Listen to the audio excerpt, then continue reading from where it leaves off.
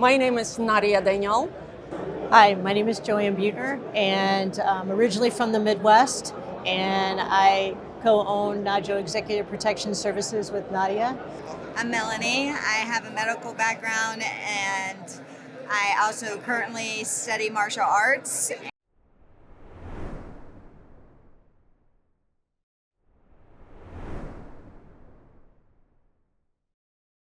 That's a fantastic question. What do you think? I think it's going to evolve. I think I feel that momentum. I know it seems like in any training atmosphere I'm in, I do feel momentum coming, and I think and believe that there will be more. It has to be. That it's got to be diverse and I feel like that the more, what I've noticed, there are more female trainings coming up. Like we just came back, Melanie and I just came back from Italy, Women in Protection. It was absolutely incredible, and next year it will be in May in Mexico City, right? And then in Austria. And just to see how much they want to spread success for women because they can do this. It's phenomenal, so I think maybe that's why I think it's going to evolve, because we had such an amazing. It was a women's conference, but we had men that were there that were supporting us, and just the strong women, the strong-minded women, the very talented women, and the mentorship of it all just felt so good. And maybe that will just keep going. So come to Mexico City 2024, Women in Protection. And if you look at business today, a lot of companies want to do business internationally. You look at the United States, we're a melting pot, right, of all kinds of different cultures and people from all over the world. And so it's important to be diverse and to be open-minded and to be knowledgeable. And so I think as for women in protection, that's just going to grow, because as more companies embrace diversity, law enforcement, just government, everything else, I think that it will be just a more smooth blend of men and women working together out there to provide the best in protection that they can. And I see it growing, definitely. Right. I think it's similar to law enforcement. Before, nobody hired females. Are you kidding me? And now you see more and more because they are needed in this industry, just like in law enforcement.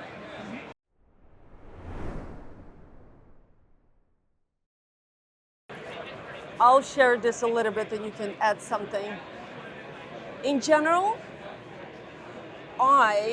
we didn't have any issue opening our business because both of us are former law enforcement.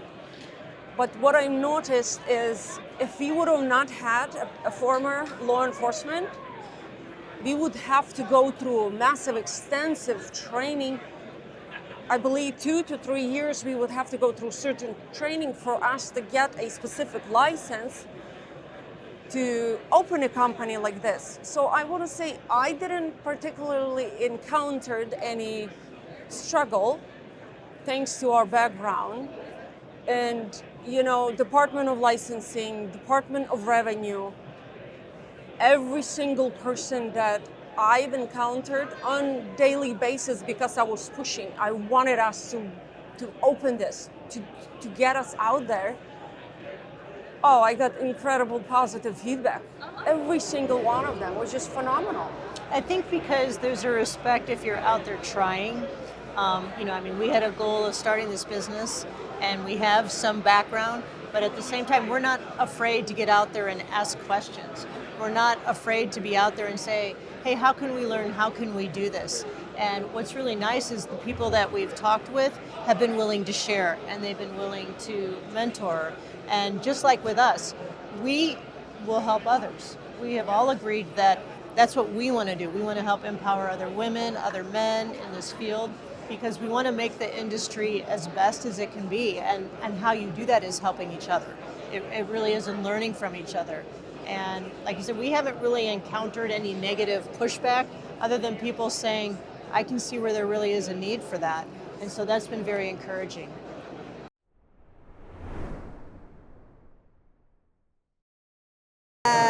civilian, I guess, no law enforcement, military background. First, your mindset. Make sure the why is why would you want to do this, and understand the sacrifice I believe that you will endure. Train, and just I don't know. Yeah, I couldn't agree more with Melanie, because just do it. If you think you can do it and you have that resilience to be also an example for other women that want to enter something like this, get into a good training. Find a fantastic mentor, and also do a lot of research yourself. How do you think I was doing, started doing all of this? Just a lot of research and wanting to do this and wanting to succeed in this because I saw the need for females in executive protections. Well, I think both of these ladies hit it right on the mark, but I think also what's important is if you have an interest, if it's something that excites you, if it's something that says, you know what, I could see myself enjoying this work, because if you're doing work out there that you don't enjoy, it's not very beneficial, and how long are you going to do that? But if you have an interest, you like a dynamic environment, you're willing to always learn new things, and you like networking, you like socializing with people, interacting with people, then educate yourself, get the training, to know how to do the job, get physically fit, get mentally ready, and then go out there and be you, and do the best that you can get. And if you make mistakes, get right back up and say, okay, I learned from that. There must be a different way, but like you said, be resilient, be dedicated and be resilient.